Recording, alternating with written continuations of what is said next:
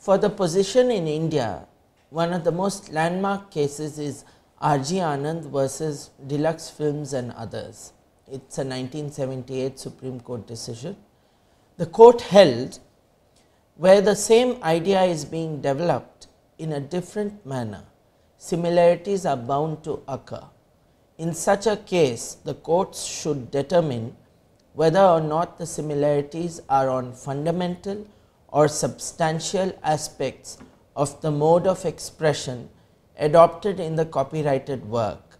If the defendant's work is nothing but a literal imitation of the copyrighted work, with some variations here and there, it would amount to violation of the copyright. In order to be actionable, the copy must be a substantial and material one.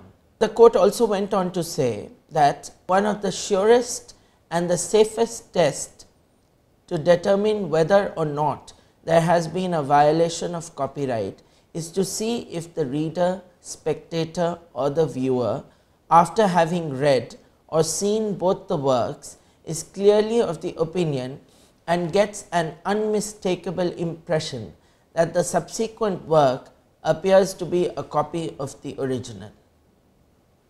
Now, in another case, another landmark decision, it is a 2008 Supreme Court decision, Eastern Book Company and others versus D.B. Modak and another, where the touchstone of law relied on by the court was, first point, section 5214Q excludes the reproduction or publication of any judgment or order of a court, tribunal or other judicial authority from copyright unless the court, tribunal or any other judicial authority makes it copyrightable. Second point, the Copyright Act is not concerned with the originality or literary merit.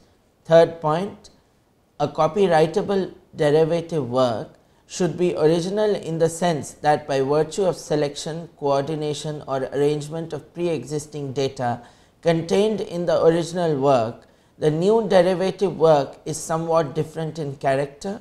Fourth, to secure a copyright in the judgments delivered by the court, it is not sufficient to show that the author has produced the material with merely labor and capital.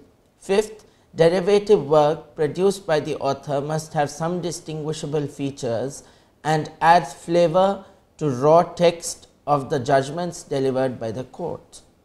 Now I would like to conclude.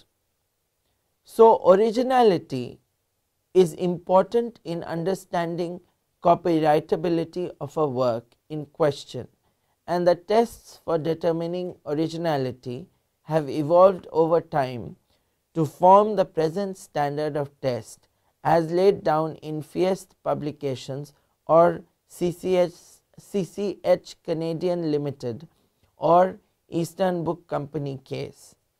The stance of the courts in most jurisdictions seem to be quite liberal. They acknowledge copyright of a minimal amount of originality if a minimal amount of originality is shown, which happens in most of the cases, but they rightly filter out the minuscule amount of cases where even the minimal amount of creativity is missing.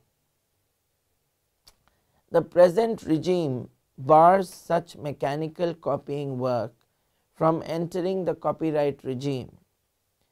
The importance of originality and its present position in the copyright regime point towards the encouragement and promotion of intellectual property, one originating anew from the human intellect, and discouragement of free riding on someone else's intellectual property. Thank you.